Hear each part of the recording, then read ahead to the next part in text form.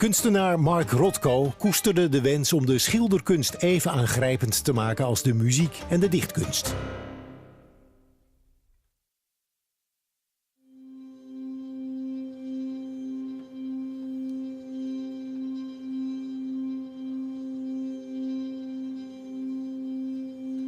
This is Christopher Rothko. I'm Mark Rothko's son, and I have been told by many people who've known both of us that we had similar voices.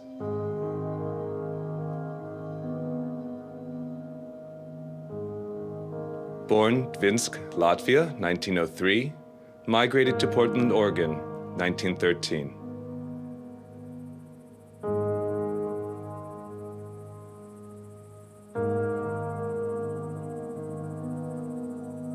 You don't know what it is to be a Jewish kid dressed in a suit from Dvinsk, not an American suit, traveling across America and not able to speak English.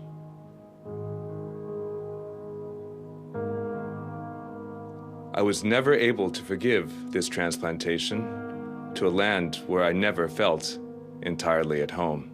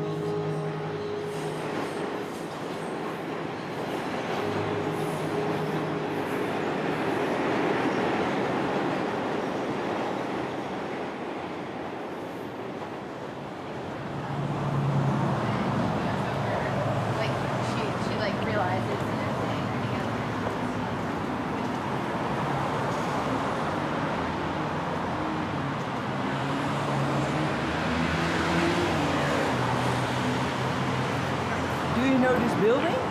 I know it's a landmark. Do you know that Mark Rothko was living here? No, I didn't. Do you know his name? No. I just know the people who live in there. They are you kind of your friends, or? Yeah, they look out for me. They always look out for me.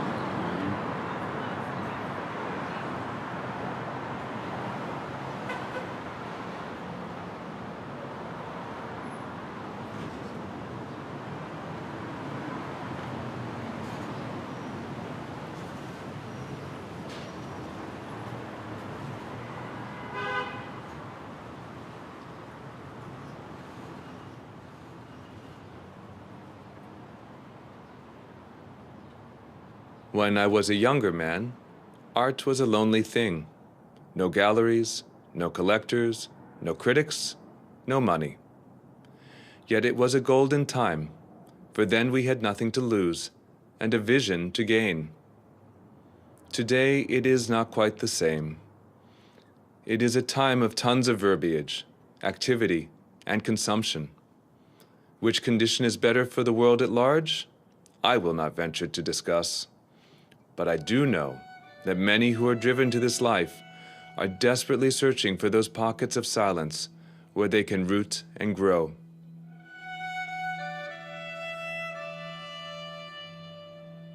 Everything about Rothko is about changes, about voyages, about travels. You know, first of all, the geographical travels. He was born in Russia in 1907, in the Russian Empire, in a city called Dvinsk, now Daugavpils, now in Latvia. And at the age of 10, his family moved to the United States. Then he moved all over the United States. Then he came back many times to Europe. So basically, all those geographical travels, I mean, made him what he was.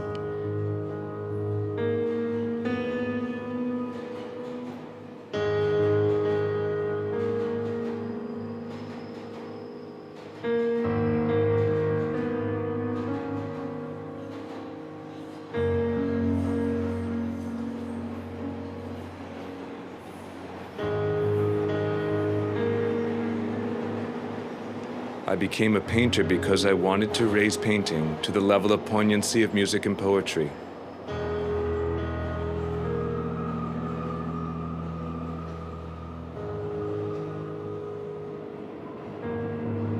The struggle is beyond painting, not with painting.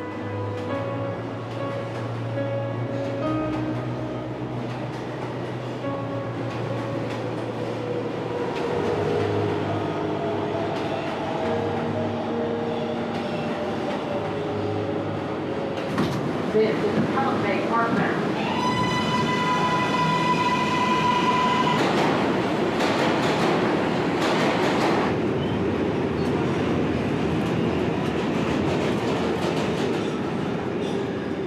This is 77th Street.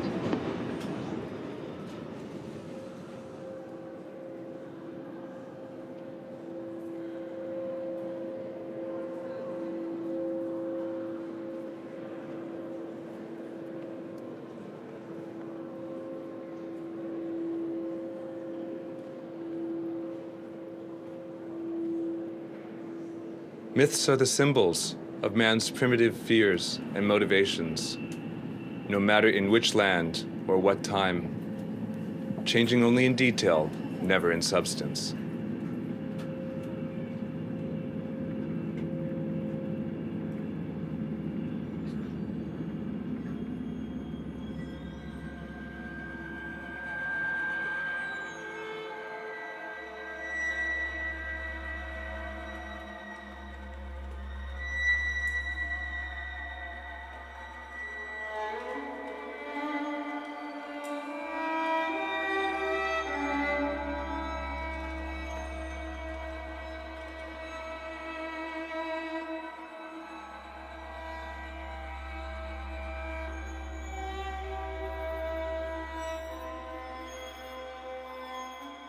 I sense a deep affinity, the same feeling, the same broad expanses of somber color.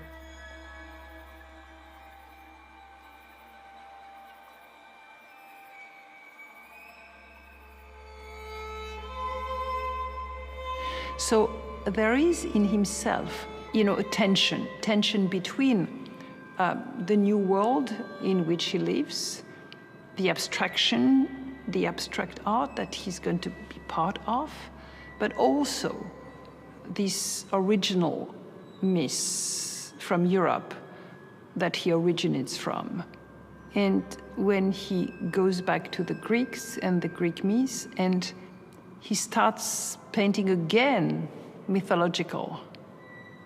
So that's a way of grounding his own art in the basics of European culture and European history. From then on, he's going to be able to evolve and find his own language.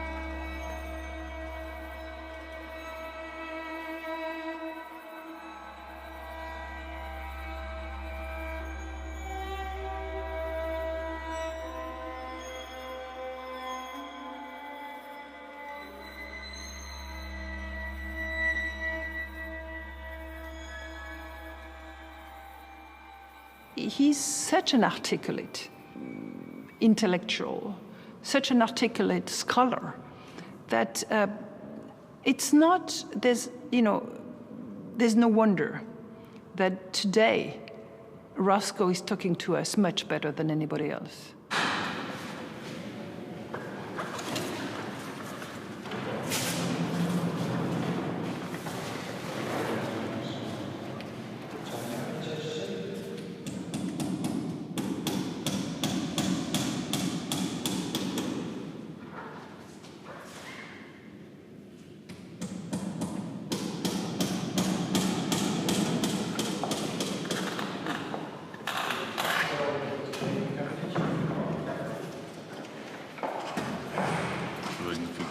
deze is. Moet ik even kijken of ik dan het goede zaalnummer erbij heb. 43264.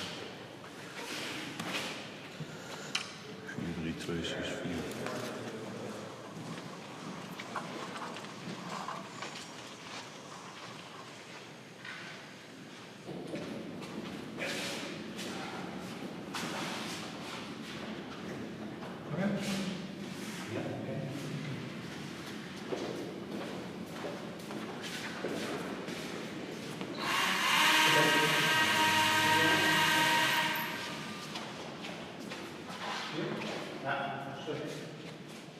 Ik heb de tentoonstelling op 2 manieren ingedeeld. Dat heeft deels ermee te maken dat ik in de voorbereiding heel vaak er tegenaan gelopen ben dat mensen zeggen, nou, Oskar, dat is emotie. En ik heb normaal niet zo'n benadering. Dus mijn eerste benadering is altijd, ik wil iets begrijpen. En dat sluit emotie niet uit. Integendeel, dat grijpt in elkaar. Ik denk dat juist de kunst de plek is waar die dingen in elkaar grijpen. En ja, de meeste mensen denken dat dat dingen zijn die tegenstrijdig zijn. Hè? Die niet met elkaar overeen te brengen zijn. Ik vind het dus juist in de kunst dat ze in elkaar grijpen. En dat heb ik geprobeerd met de installatie duidelijk te maken. Door een, heel plat gezegd, ja, als je rechtdoor loopt, dan kun je iets begrijpen. Als je liever iets emotioneel wilt ervaren, dan sla je linksaf.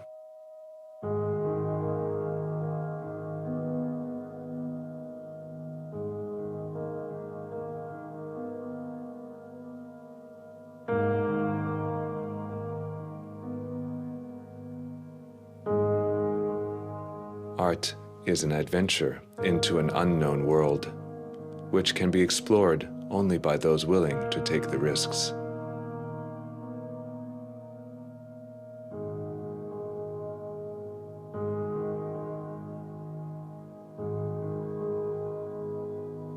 I'm not an abstractionist. I'm not interested in the relationship of color or form or anything else. I'm interested only in expressing basic human emotions, tragedy, ecstasy, doom, and so on.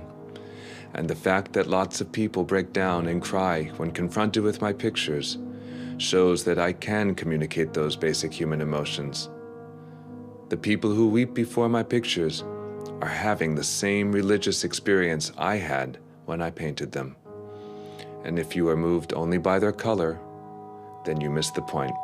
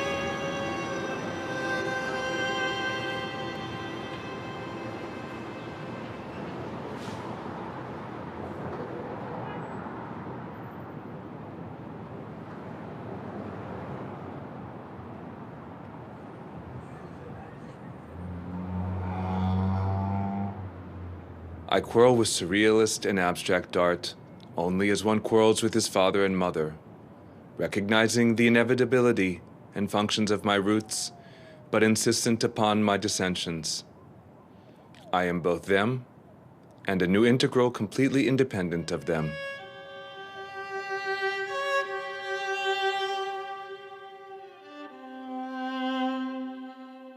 Die 3 schilderijen hier,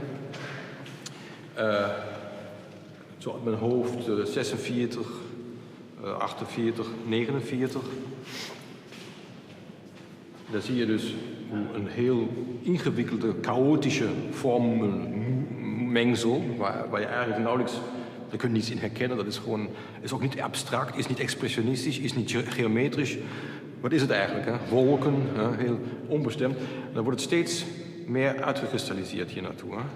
Totdat je daar naar iets komt is een soort reduceren van de beeldtaal om ze duidelijker te maken. Hè. Hij wil natuurlijk direct communiceren. En dit is te complex voor communicatie. Dit is helder.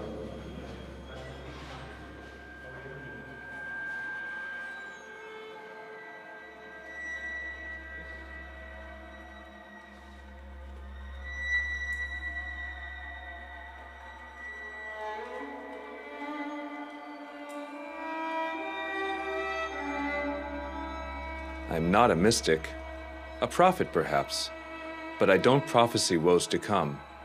I just paint the woes already here.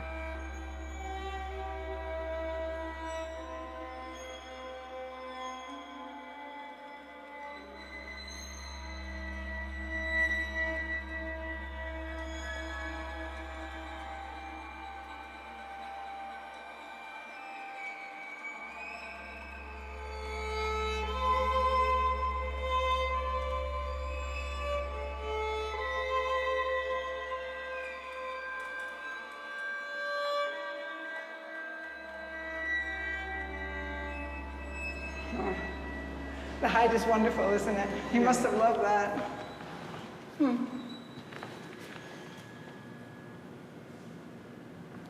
We are wondering if this is Mark Rothko's paint.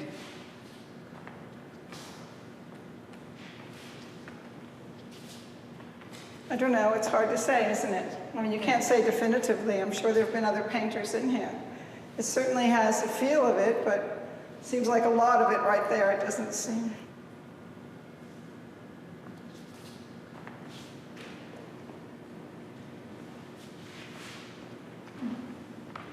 I think there's no reason to think there isn't some of Rothko's paint, but one can't say with any surety. I don't even know what it tells us that much, really. I mean, we know he had the paintings on pulleys. We know they were on the stretched. We know they were on the wall.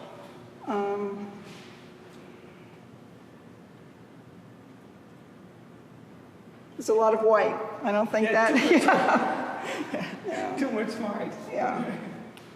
I don't know. A floor is a history. I mean, it tells so much about what's happened in this space as opposed to who necessarily was in the space. It was more about the space, I think, than the painter. In that regard, it's kind of wonderful. Yeah.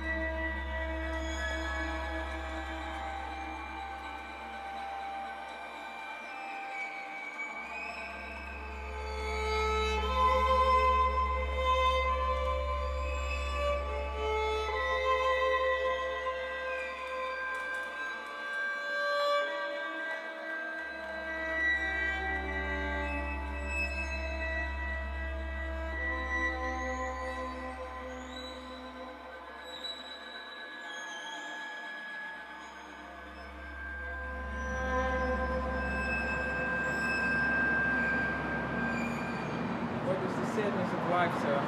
Excuse me? What is the sadness of life? Not having a mother. You know? Mom left me when I was 2. My father left me when I was 12. You know? That's what hurts. You know?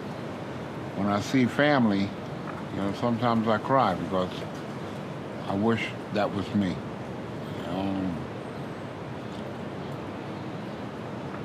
It hurts real bad. But that's life, you know? In America, you have accidental babies, you have tricked babies, sex offender babies, abused babies, adopted babies, mommy babies, and daddy's babies. You know? I don't know what ground I'm on, you know.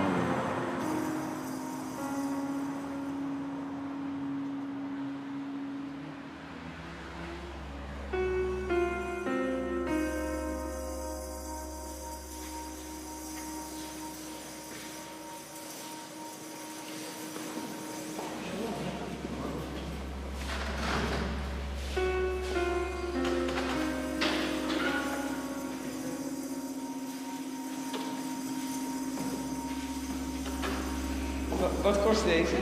Deze weet ik niet aan mijn hoofd. Dus, dat is uit een periode, dat is een overgangsperiode naar de classical style, de laatste step, 49. En die zijn meestal zo in de orde van 8, 9 miljoen. Maar er is al eentje bij, die heeft 0 meer. Waar is die? Die is niet uitgepakt.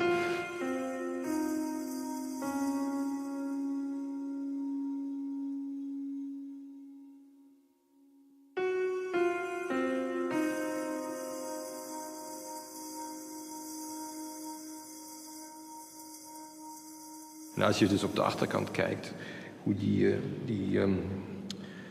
dat doek gestapeld is, hè? Ja, dat is allemaal heel fragiel. En je ziet ook dat dat niet echt een echte professionele schilder was. Hè? Dat is iemand dat was vooral een filosoof. En die heeft doek een kleur gebruikt om zijn filosofische gedachten vorm te geven.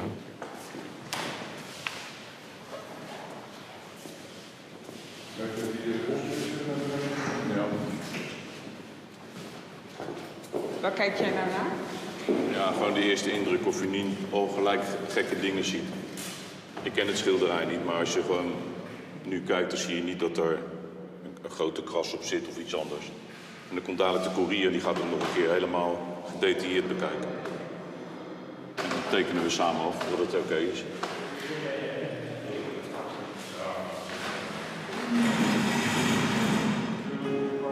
Ja, weet ik.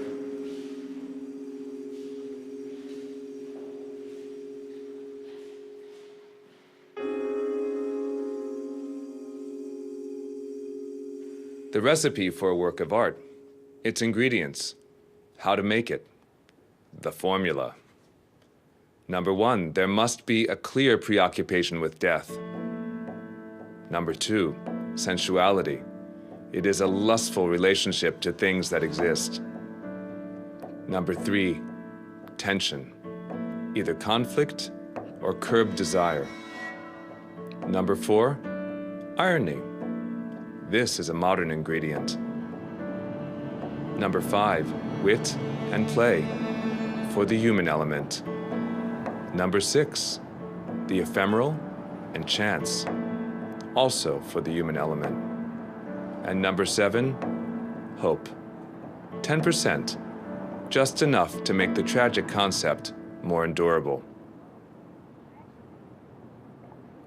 I think this is an example of my father's great love of irony. I think if we take him too seriously, we are in trouble.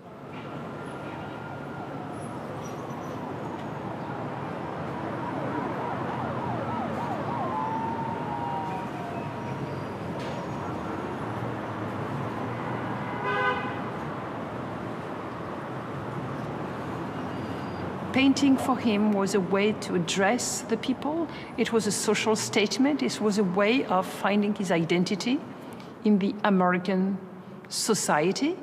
It was a way of stating that the artist has a role in society. It was not the case in the United States. The United States was a country where the artist was very much marginalized.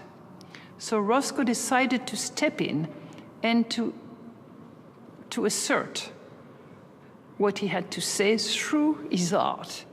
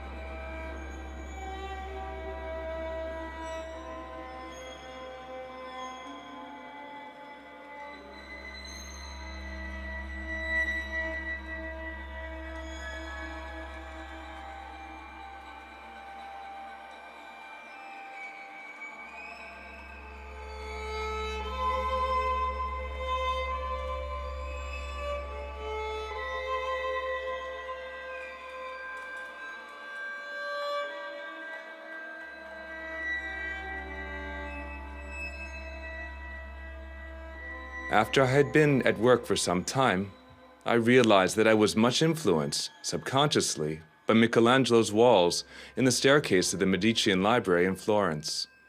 He achieved just the kind of feeling I'm after. He makes the viewers feel that they are trapped in a room where all the doors and windows are bricked up, so that all they can do is butt their heads forever to the wall.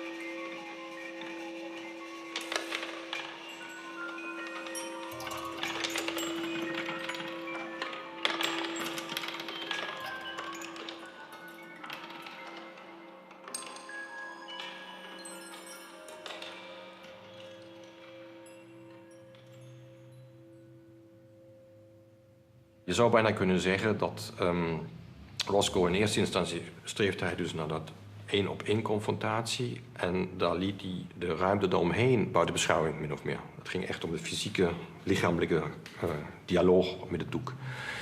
Maar ja, een lichaam is in een ruimte en die kun je nooit echt buiten beschouwing laten. En toen hij dan inderdaad een opdracht kreeg om een serie schilderijen te maken voor een restaurant in Manhattan, een luxe restaurant. Toen confronteerde dat hem met een nieuwe situatie. En hij vond het enerzijds zeer boeiend om een hele ruimte te bespelen. Dat vond hij dan opeens de hele ruimte bij te betrekken. En aan de andere kant had hij twijfels of dat luxe restaurant de juiste ruimte was.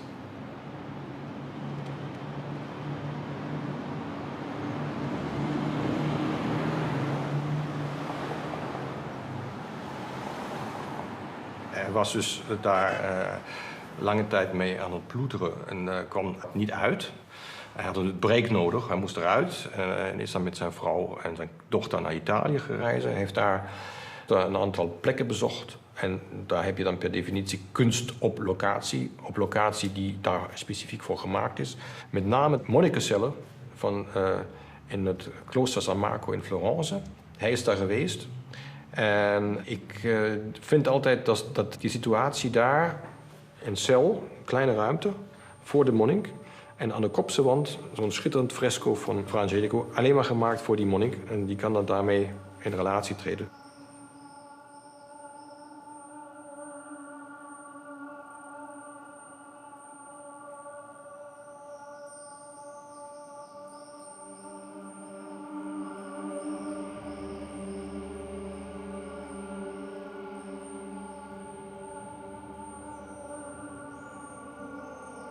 Dat is een perfecte anticipatie op wat Roscoe eigenlijk met zijn schilderijen wilde. En toen hij terugkwam, zag hij de schrijnende verschil met dat luxe restaurant. Daar werd het opeens helder voor hem. Denk ik dat dat de reden is waarom hij die opdracht dan terug heeft gegeven. En dat is dan de beroemde, gefaalde Seagram-opdracht. Maar die een eerste stap was van een hele ontwikkeling van werken die hij maakte voor specifieke locaties.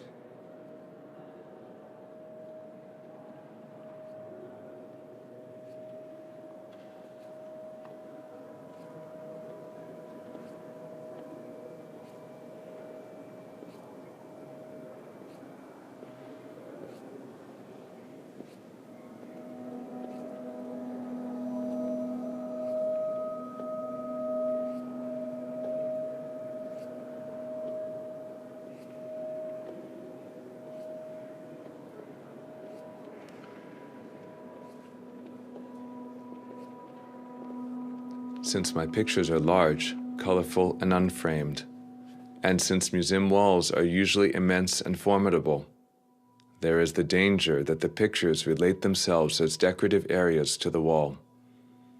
This would be a distortion of their meaning, since the pictures are intimate and intense and have been painted in a scale of normal living rather than an institutional scale.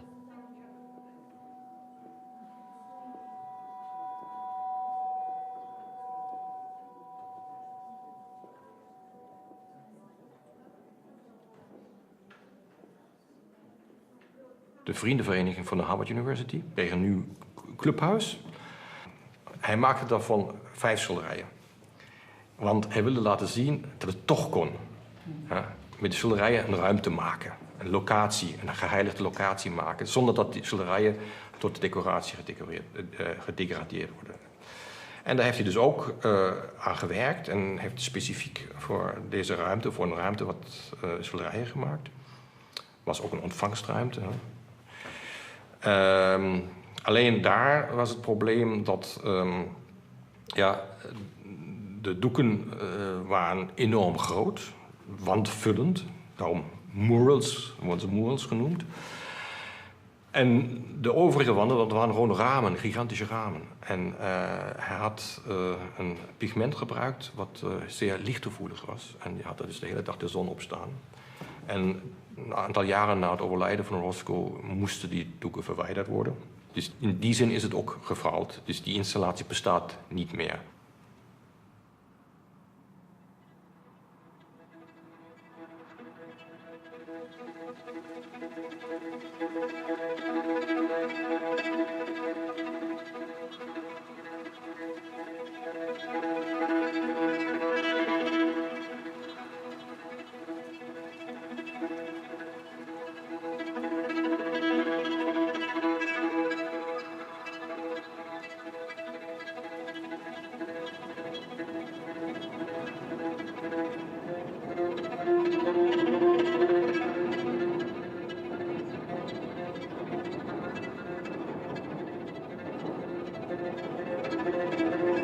When I went to Europe and saw the old masters, I was involved with the credibility of the drama.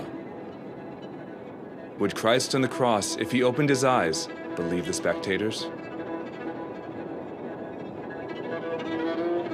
I think that small pictures since the Renaissance are like novels. Large pictures are like dramas in which one participates in a direct way.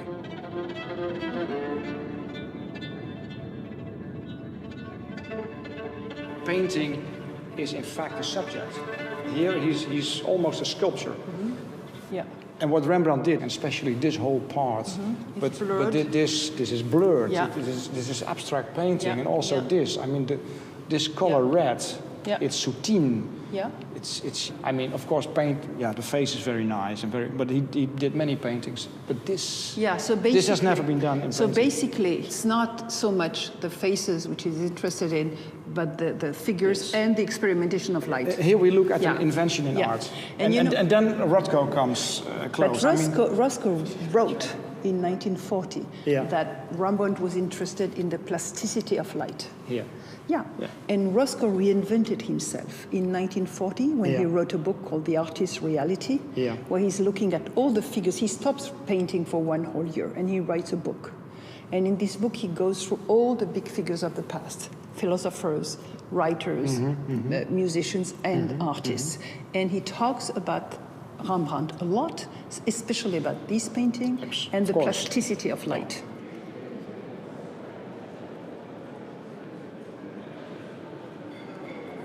Rembrandt discovered that his patrons were not interested in his plastic preoccupations with light, and that they preferred the obvious illustrative gifts of his contemporaries and followers.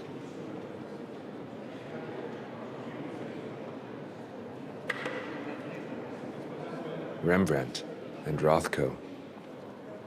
Rothko would say to a friend, then pause, smile, and say, Rothko and Rembrandt. I'm going to add one from the family. This is not written anywhere, but this is what he said in the house. Mozart, Matisse, and Mark. That's the follow-up to Rothko and Rembrandt. No, he didn't turn it around, as far as I know. I don't think anyone could go before Mozart.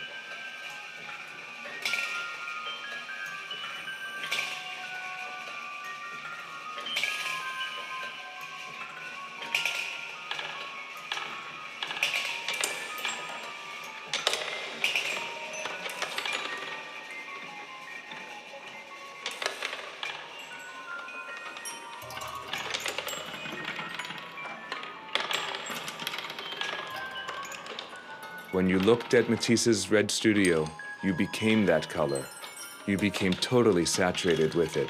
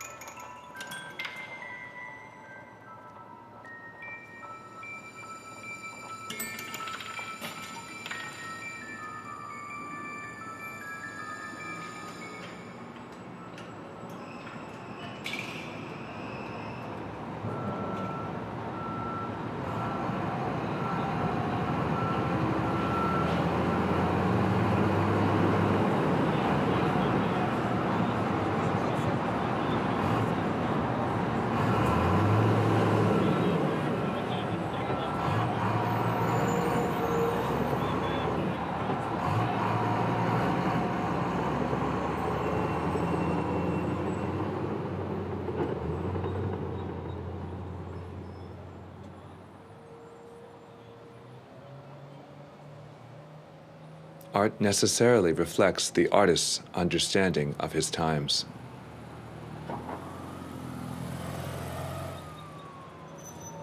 We have wiped the slate clean. We start anew, a new land. We've got to forget what the old masters did.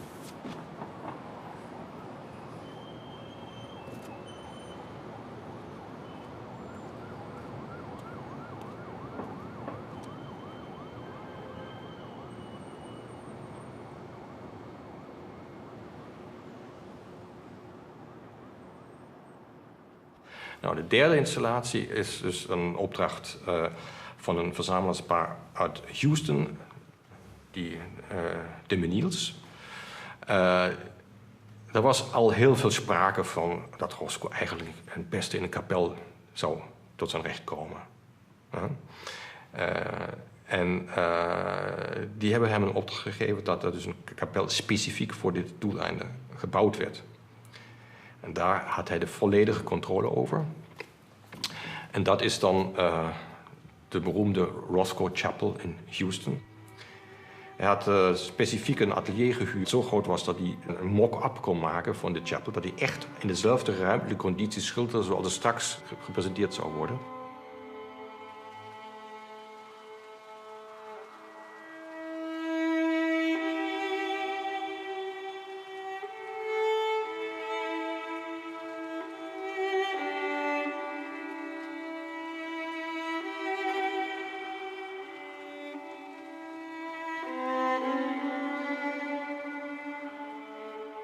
I wanted to paint my own size. I wanted to recognize myself in my work. Then I realize it's completed.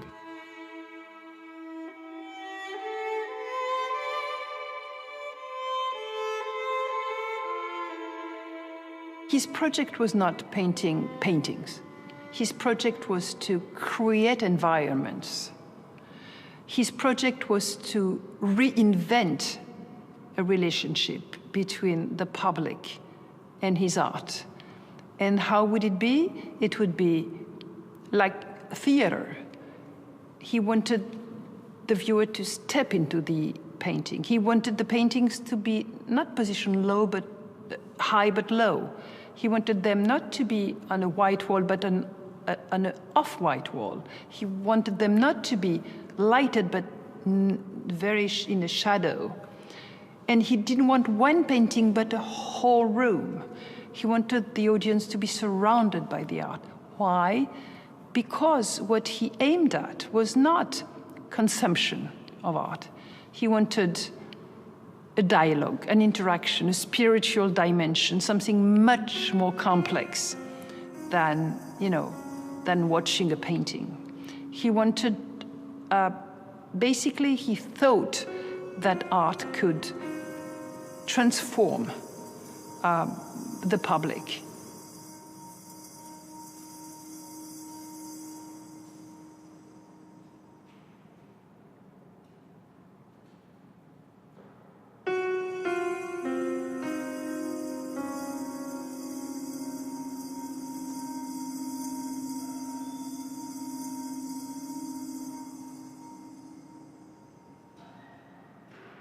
If I must place my trust somewhere, I would invest it in the psyche of sensitive observers who are free of the conventions of understanding. I would have no apprehensions about the use they would make of these pictures for the needs of their own spirits. For if there is both need and spirit, there is bound to be a real transaction.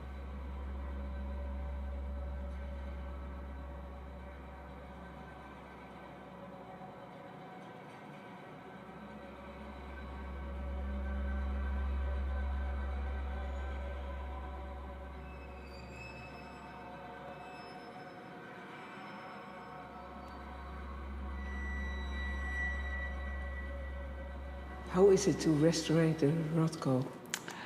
Well, it's complicated. I think to restore any work of art is complicated. For a non-representational work of art, an abstract work of art, it's even more difficult because we don't have any representational clues to go by. So we are very much in need of understanding the artist's manipulation of material for visual effect. And that takes time. That's not something that you immediately see when you look at a work of art. So in the case of Rothko, because it's so sophisticated, it's so many layers, it's so much building up of paint over time, it takes that amount of time as well to understand what the artist was trying to achieve.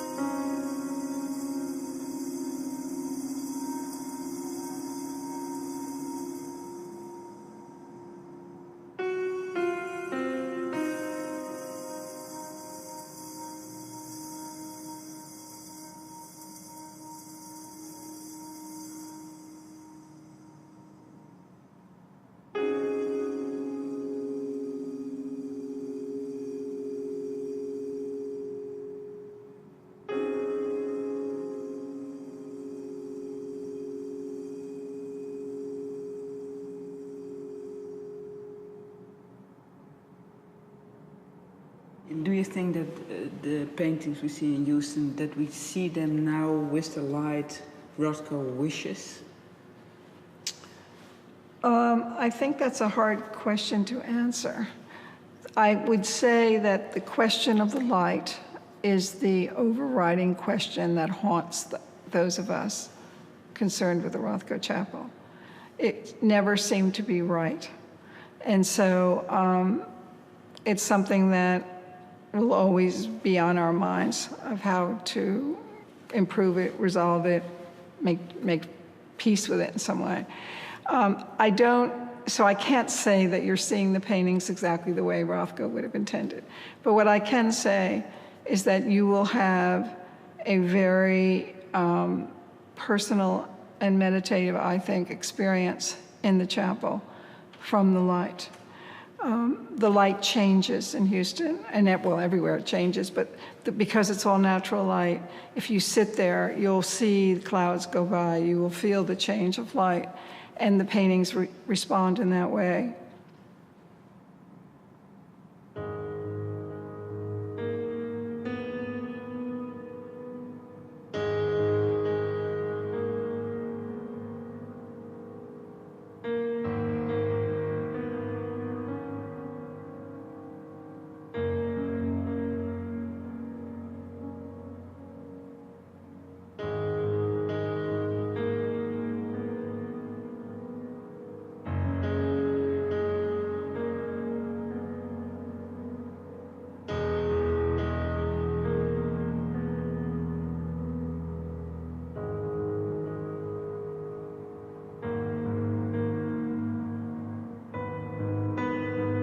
I would like to say to those who think of my pictures as serene that I have imprisoned the most utter violence in every inch of their surface.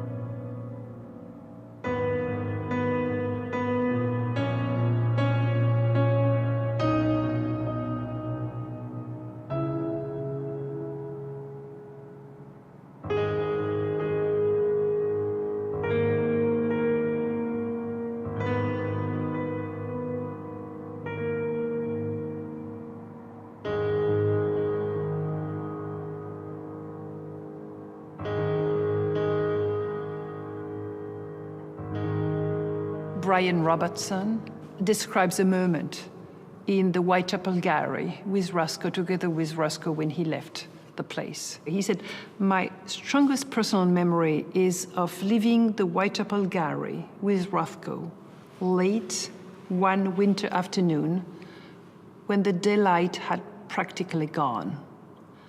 He asked me to switch all the lights off everywhere. And suddenly, Rothko's color made its own light. The effect, once the retina had adjusted itself, was unforgettable. Smoldering and blazing and glowing softly from the walls. Color in the darkness. We stood there a long time, and I wished everyone could have seen the world Rothko had made in those perfect conditions, radiating its own energy and uncorrupted by artifice or the marketplace." I think it's wonderful.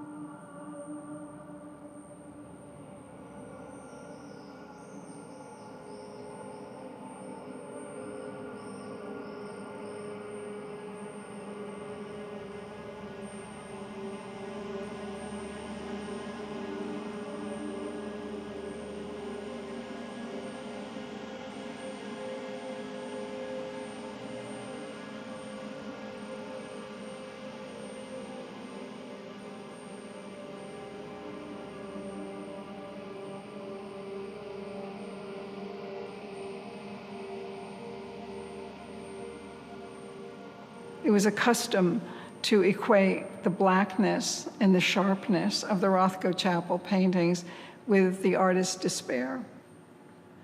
I never felt that. I never did, and I still don't. I truly believe that the paintings, well, there are two things, but I truly believe that the paintings were a major step forward for him technically. In eliminating color, the one feature for which he was best known, and he had his classic paintings he was a master of, he kind of upped the bar and went into creating paintings without a lot of color. He also was so well known, as you know, in his classic work for these wonderful diaphanous edges around his forms.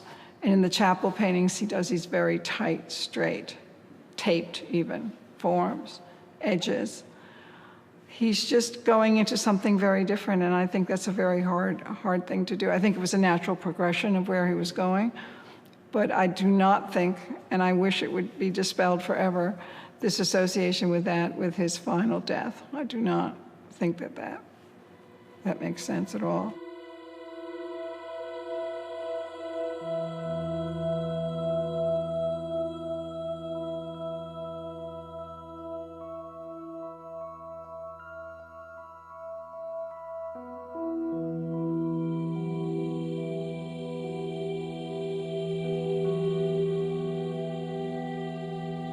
There is more power in telling little than in telling all.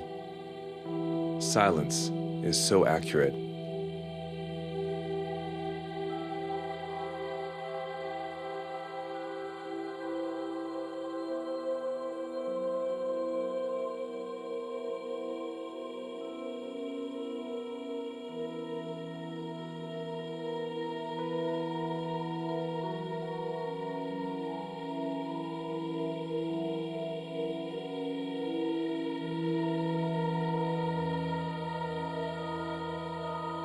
The color of my voice? What color?